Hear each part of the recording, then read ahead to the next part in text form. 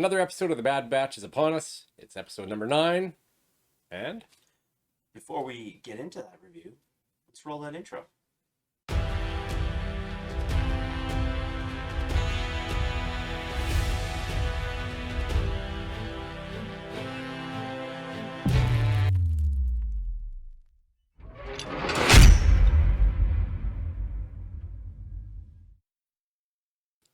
Just finished watching The Bad Batch, episode 9, Bounty Lost.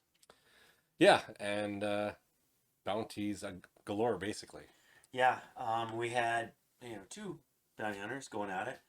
And In one corner, Cad Bane. That's right. And next corner is Fennec Shand, which was awesome. And I had said before that it kind of reminded me, or just thinking about when we read the old Star Wars books and different bounty hunters that are out there, you always had to think that they'd be facing up against each other for certain bounties, right? Competing for the bounties, and yeah, you would think that, I always pictured, like, back in the day, like, because we got all these bounties hunters and we got their action figures, and we never actually seen what they did or what they were capable of doing. And I always imagined they would, try and steal each other's bounties or fight each other's for the bounties. And and we kind of got that in this episode a little bit. Very cool, because you remember getting the action figures of like Boba Fett and Bosk and IG-88, Dengar and all those guys, and you'd be like, what do these guys do? We saw them a little brief moment in Empire Strikes Back, and it's like, man, these guys are so cool. What kind of adventures do they have? And so this was great, seeing Cad and Fennec kind of battling it out for Omega. Yeah.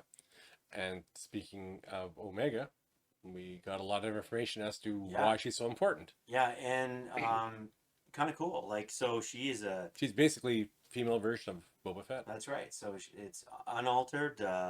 Unaltered clone. Yeah, and that's what it is, a direct lineage of Jango. Yeah, and they need her to start producing clones again, like, and the quality clones. So now we kind of got, they just need a sample from her. They don't need her technically. Yeah. So they're trying to bring her in alive. But then we seen the other side of it. We thought that Fennec was also in on the bounty trying to bring her in, but it appears not that way exactly. So now who's she working for?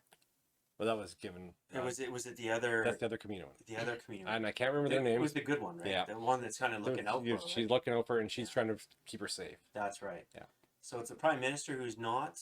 Who just cares about the sample and doesn't. He wants to eliminate her afterwards. Yeah. And it's the other one who wants to keep her safe and isn't too worried about the cloning. Yeah, it's interesting.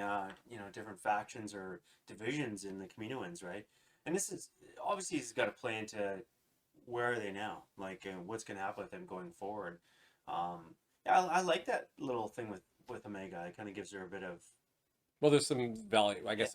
Not that there isn't value to a character, but you get a reasoning behind the hunt and why everybody's after her. It's kind of that MacGuffin kind of thing. Like she's the reason, like what they're after, and so it's we were to discuss before. Maybe she's force sensitive or whatever else. But now we know, and it's not like it's any less cool that she's not force sensitive. It's kind of cool that it's like you said, it's the female version of Boba Fett. So she is kind of in a way, almost heightened senses. Just that the abilities she has, skilled. Yeah. So. Yeah, and that's super neat because, could you see potentially Omega in something like The Mandalorian or a future like that, right? Who knows how the story's going to play out, where she's going to pop up down the line. Yeah, and so that gives you a little bit more, different ways to point the Star Wars story, really, right?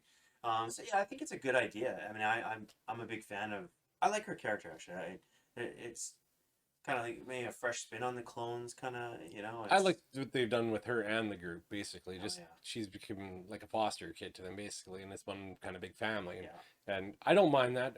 It's kind of a neat little, dynamic that you got going on, and it almost harkens back to the old days, like with the crappy Ewoks TV shows and things like that. You get that dynamic. It's just done a lot better. That's all. Oh, for sure. And like I said, the Bad Batch of these last few episodes have definitely kind of rejuvenated me for the show. Like, just kind of give me a little more, this show actually is really good. And so I was really looking forward to this week's episode, and got a good one again. So hopefully they keep carrying on like that.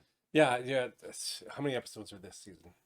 You know, I can't remember. 20-ish? 20 something. Yeah. Yeah, so they got a long ways to go. Yeah. So there's a lot they can flesh out here. Because I had thought at some point that they're gonna get Crosshair back, and maybe they still will. But right now, it just the way everything's playing out, it just doesn't look that way. It looks like because we don't hear about the Bad Batch in the future really either. So I don't know how this is gonna play out. I still see something kind of negative in the end here happening. Yeah, you think that they're going to the demise of the Bad Batch will happen, and Well, I see I see a Rogue One type scenario. Because we were talking about how the clones or the clone facilities, you don't hear about the Kaminoans or anything in the future. I think something will happen at the end here that they do something to maybe free her. Maybe her character carries on and we'll get more stories with her. But they do something with sacrificing themselves to shut everything down. Yeah, and that's very possible. Like, maybe Omega after it, maybe you're right.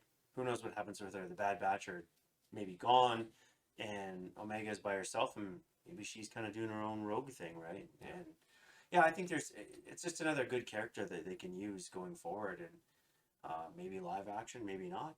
Yeah, they can carry this forward into the future, and this gives them more, opportunities to have more shows in the future with new characters. Yeah, absolutely. So looking forward to the next episode. Well, that does it for episode 9 of the Bad Batch. Bounty lost. And well, they're on the run as usual. So I mean, I think we're gonna just keep exploring that kind of story and looking forward to more action, I guess, because it's getting better as we go along. Yeah. So do us a favor, the usual, if you want, hit that like button, hit that subscribe button, notification bell. Leave some comments and questions in the box below. And as always, thanks for joining us here at the Blazing Overture. We'll see you in the next video.